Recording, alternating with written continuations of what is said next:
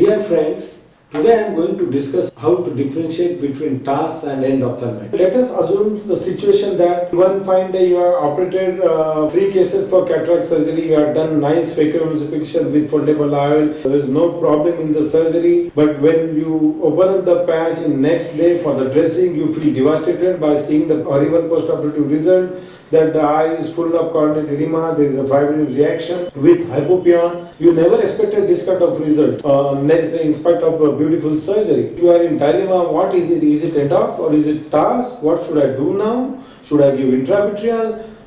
And whether to continue the surgery for the next day. So here I am going to tell you how you can differentiate the Tass from infectious endophthalmitis. So what is Tass? Tass is sterile post-operative inflammatory reaction caused by non-infectious substance which enters into anterior segment during the surgery, and it causes toxic damage to intraocular structures. Tass is very difficult to differentiate it from the infectious endophthalmitis because there will be a severe inflammatory reaction with fibrin development with hypopyon in both situations, as Tass as well as in endophthalmitis.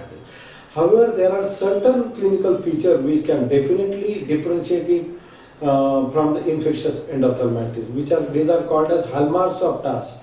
Like the onset is within 12 to 24 hours, limbus to limbus corneal edema, vitreous is relatively clear, and dramatic response to steroid.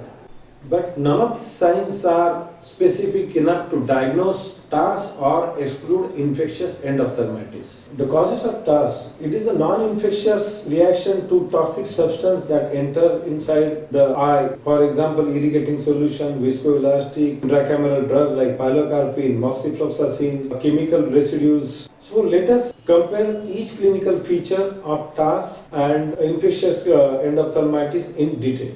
Coming to the onset, Tass usually appear between 12 to 24 hours after the surgery, and acute endophthalmitis usually develop between 4 to 7 days. However, certain fulminant endophthalmitis like Pseudomonas endophthalmitis or Bacillus cereus endophthalmitis can develop within 48 hours time, but their presentation usually later as compared to Tass. Comparing to the visual symptoms, in Tass there will be a blurring of vision or mild to moderate visual loss. However, in acute endophthalmitis, visual loss can be profound. In Tass, there will not be any pain or there will be just mild to moderate type of pain.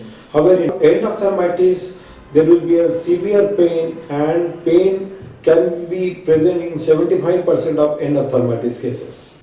Symptoms like headache, increasing redness, discharge, photophobia are more in endophthalmitis, and they usually absent in Tass. Upper lid edema is usually present in acute endophthalmitis cases, and lid edema in Tass is usually uncommon. Signs like conjunctival congestion and chemosis are usually more often in endophthalmitis cases, and in Tass these signs are minimal. Now coming to the corneal edema. Corneal edema in Tass is variable and widespread, and it is the hallmark of the Tass. There will be a diffuse total corneal edema from limbus to limbus. Corneal edema in endophthalmitis will be localized and more patchy. The pupil in Tass will be dilated, irregular, and it is fixed. It will not react to light because of sphincter damage. And the pupil in endophthalmitis may be myotic, may be variable. AC reaction, there will be mild to severe reaction with sales, flare and hypopyon, fibrin formation over the iris and over the anterior surface of the eyelid. In Tass, exudate usually white. In acute endophthalmitis, there will be a marked inflammatory response in the AC with hypopyon and exudate usually yellowish.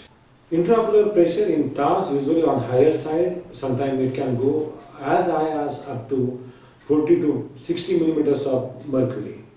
Intraocular pressure in endophthalmitis is usually normal. The fundal glow in Tass will be normal or mildly poor, but fundal glow in endophthalmitis will be poor or absent. In Tass, fibrinoid reaction usually in anterior chamber, there will be no retinal involvement. However, in endophthalmitis, there will be a retinal periphlebitis and mid-peripheral retinal hemorrhages in early stages. In Tass, vitreous is usually clear and in endophthalmitis there will be a marked inflammation in the vitreous. In B scan, in Tass, vitreous cavity is usually clear, whereas in endophthalmitis there will be mild to moderate echoes in the vitreous cavity. Gram stain and culture from the vitreous tab and AC tab will be negative in Tass cases, however they usually comes positive in acute endophthalmitis. So there will be a dramatic response to steroid in Tass cases, however in endophthalmitis there will be a temporary suppression of inflammation because of visual outcome usually better in cases of Tass as compared to acute endophthalmitis. There will be a dramatic response to steroid in Tass cases. You have to give topical steroids, systemic steroids, and also you can give IV steroids like dexamethasone or hydrocortisone at least for 5 days. These are the photographs of resolution of Tass following cataract surgery. So dear friend, how to prevent Tass? Never use chemical sterilization for your ophthalmic instruments. Avoid detergent and enzymatic powder to clean ophthalmic cannulated instruments. After the surgery, clean all your instrument thoroughly, make them dry.